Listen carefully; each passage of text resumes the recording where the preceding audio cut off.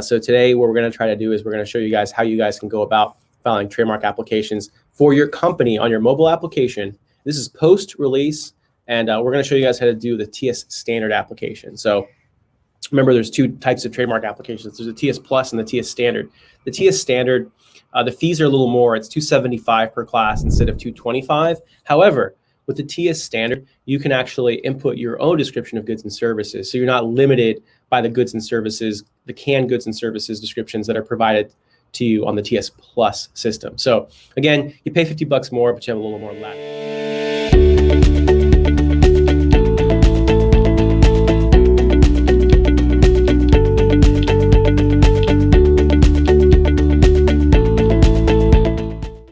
The way you get started is you go to tsdr.uspto.gov, and what you're going to want to do is file trademarks, file online. The TEAS is the name of the system. What you're going to want to do is click Initial Application Forms, and then you're going to want to click on Start Your Application in TEAS. Now, one thing I want to point out, I'm already logged in, so it takes me directly to the application page. However, if you are not logged in, it'll prompt you to log in. I'm going to zoom in a little bit so you guys can see nice and clearly my screen. So if you guys are following along, again, you're not going to be able to get directly to this page until after you log in. So I'm going to go ahead and click the TEAS Standard, and I'm going to not file it from the perspective of an attorney, but as my own company. So I'm going to pretend like this is my company filing a trademark application on my mobile app icon and logo. So I'm going to go ahead and click Continue.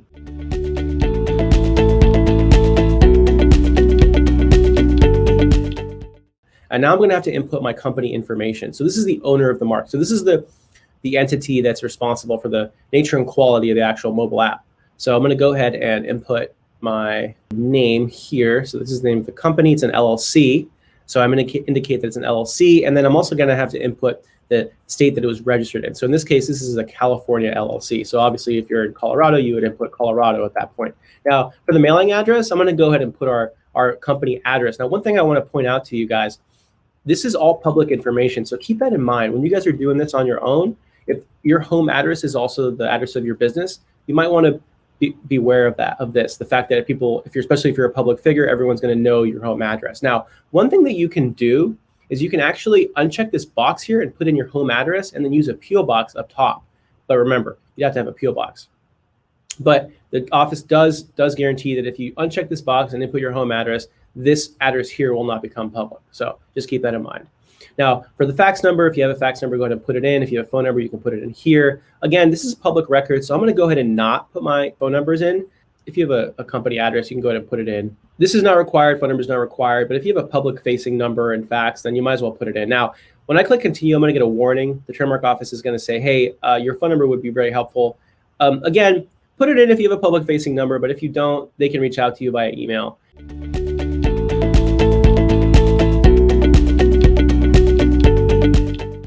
Now for the mark here, we're actually going to do a special for mark. That's because we're doing a design mark. So it's our logo. It's not just a word. So I'm going to go ahead and choose the file. So I'm going to select my actual logo file, the one that I showed you guys earlier. And I'm going to go ahead and click Attach. This is actually going to upload the logo to the TEAS system. So when I click on it, I can see here it is, nice and big. Now, one thing I want to point out is that there's actually size requirements for the images. So that it can't be smaller than 250 pixels in any dimension or larger than 944 pixels in any one dimension. So I like to, if possible, I like to provide images that are up to that 944 pixel limit, just so that they show up nice and clear and crisp on the principal register. Now for this section here, you have to input the literal element of the mark. So I'm going to go ahead and type in the literal element. So basically the text that shows up in the mark. So in this case, wheelbound. And then we're not claiming color as a feature of the mark, but if you were claiming color as a feature of the mark, then you'd input it here. Now, one thing I want to point out, color can be distinctive. So if you guys have a really special color, then you might want to consider claiming color as a feature of the mark. But my thinking is we want to have as broad protection as possible. So why focus on color? Why limit yourself to color? I upload grayscale black and white images. And again, remember JPEG. It's got to be JPEG or PDF. If you upload a PNG, you're going to get an error. Now here you put a description of what the mark consists of. So I'm going to go ahead and describe it. So a visual design of a wheel having the word at the center. And it adds a period for you automatically, so you don't have to worry about adding the ending period. So once I do that, I'm going to go ahead and click continue.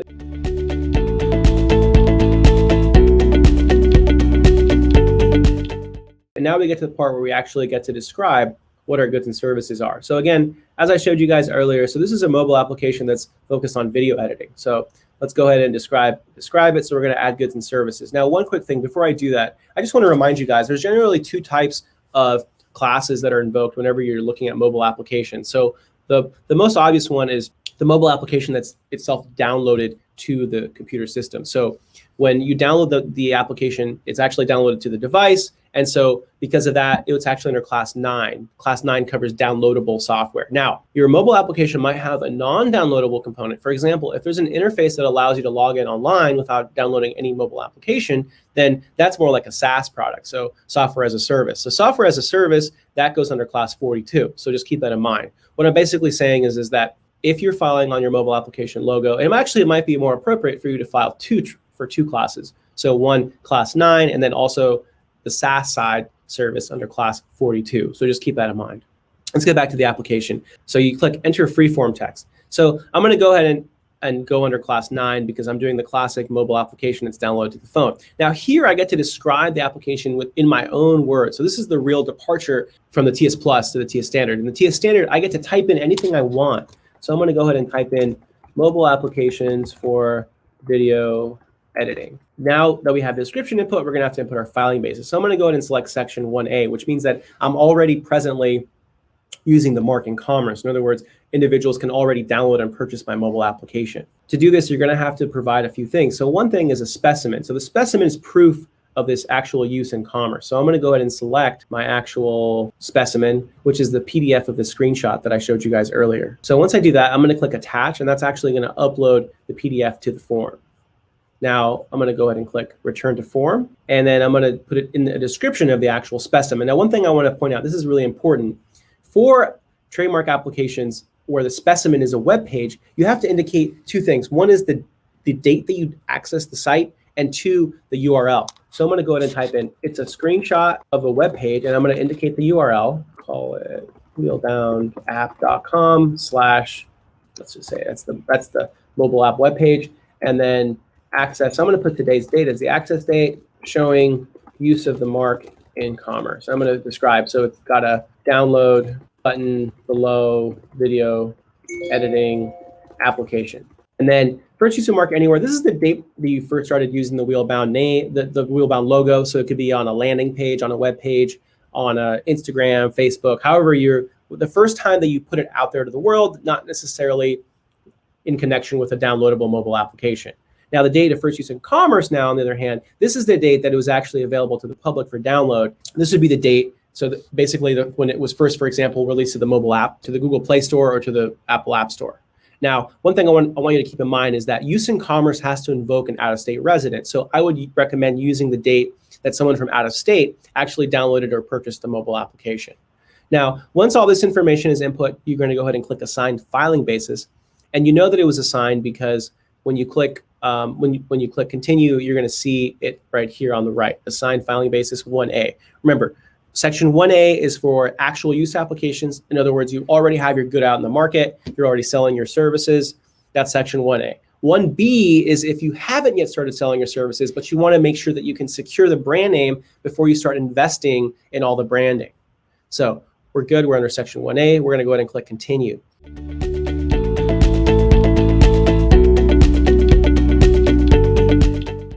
Now, once we click continue, we're going to now have to input our correspondence information. So I recommend, I like using docket codes. We have so many cases that we have to use docket codes.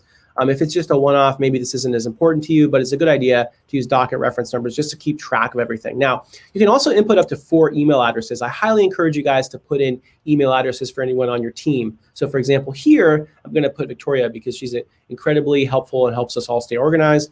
And so I'll put her, and then if I have other teammates, you can just add their names by separating their names in semicolons. So this will ensure that nothing slips through the cracks. So when you get an office action and have to respond within 6 months, she'll also get a courtesy copy, and so she'll communicate with me about it, and she'll make sure that it doesn't slip through the cracks. So go ahead and click continue.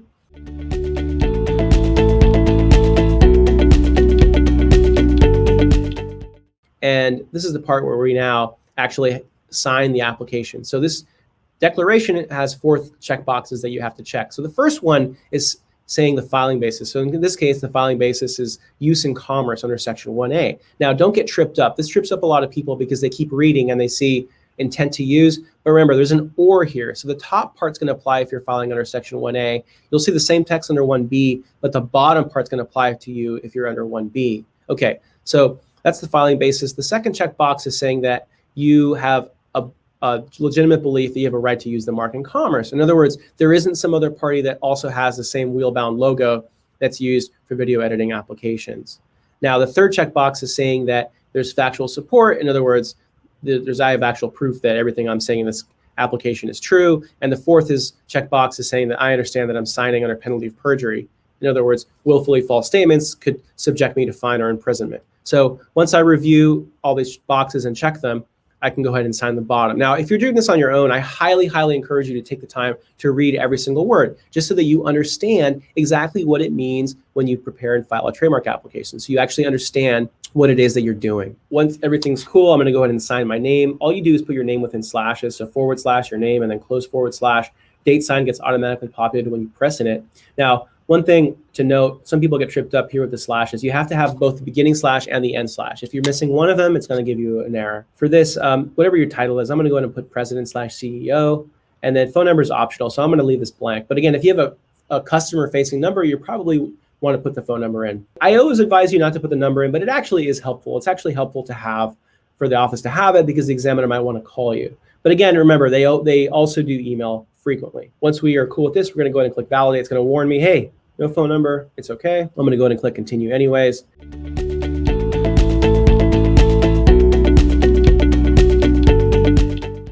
Now we're going to get to this page here. This is the very final page. This is where we can actually review the entire application, make sure everything's correct before we go ahead and proceed. So the first things first, I'm going to click on input, and I'll actually be able to review the entire application. So everything looks good here. One thing you want to know is make sure all the information is correct. But the really, really big thing is make sure the logo is correct. If the design is actually incorrect, if you actually wanted to file on a different design, you're going to be straight out of luck. You're going to have to file a whole new application and pay a whole new filing fee. So again, address is all correct, and our email address is fine. Now, this is very, very, very important. Make sure the email address is correct. This is crucial. If your email address is not correct, you're going to run into some serious problems, because the office won't be able to communicate with you. Now, again, it's a limited liability company. Again, mobile applications for video editing. So nice and broad, it's our own language, we have to pick it. And then under class 9, because it's actually downloaded to the phone. And so this is our intent to use, our actual use information, our specimen, and the description of the specimen.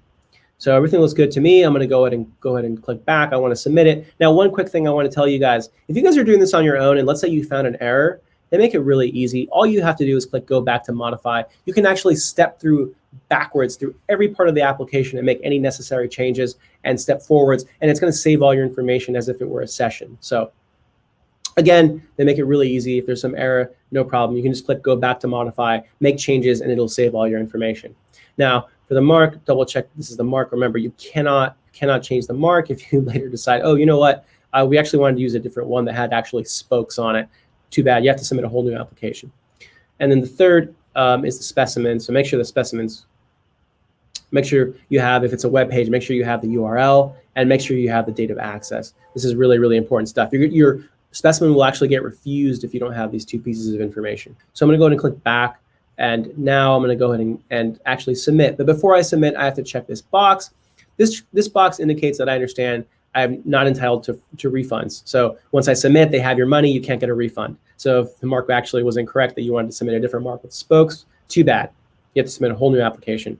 Second is they have no right to confidentiality. So like I said before, your address information is actually going to be public, so keep that in mind. It's all going to publish, it's all going to be available on the public record. Now, unfortunately, because everything is so public, there are companies that actually mine the trademark application system and look for new filings. And when they find new filings, they send them misleading notices, basically scam letters that try to scam them out of money. Now, the problem is that these letters look really, really real, and so they actually trick a lot of our clients. So just keep that in mind. If you get a letter, more than likely it's going to be one of these scam letters. The office doesn't usually send any correspondence by mail except for your final registered certificate when you're done with the entire process.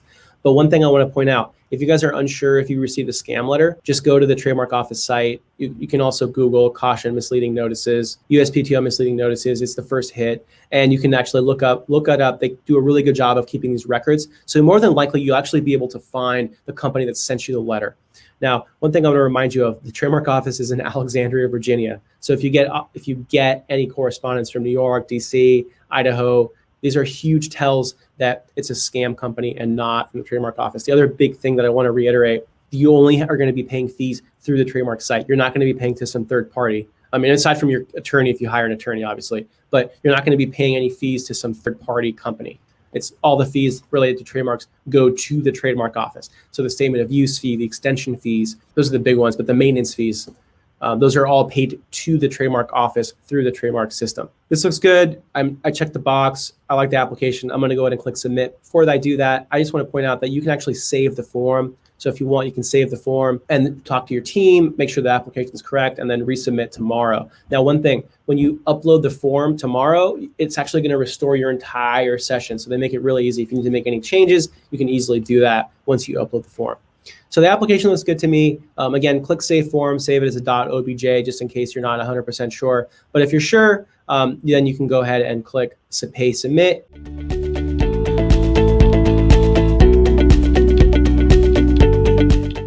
And it's going to take you to a credit card payment page. Now, once you're at the credit card payment page, all you have to do is input your credit card information. It's going to charge you the $275, and then it's going to take you to another page where you can download the actual application. So I'm going to go ahead and click credit card. You're going to fill in your credit card information there, and then click submit payment. Now, after I submit the payment, it's going to take me to another page where I can actually download the application as file. That's going to have what's called a filing receipt. The filing receipt has two important pieces of information. One, of course, is the filing date, which is the day that you paid for the application. The second important piece of information is the serial number. The serial number is really useful because it allows you to track the status of your application throughout the entire process. All you do is go to tsdr.uspto.gov. So right here, and you can actually input your serial number. I'll show you guys real quick just so you guys can see. So all you do is go to tsdr.uspto.gov and then type in the serial number here and click status, okay? So once you click status, type the serial number here, click status, you'll be able to see the status of your application. And the cool thing is that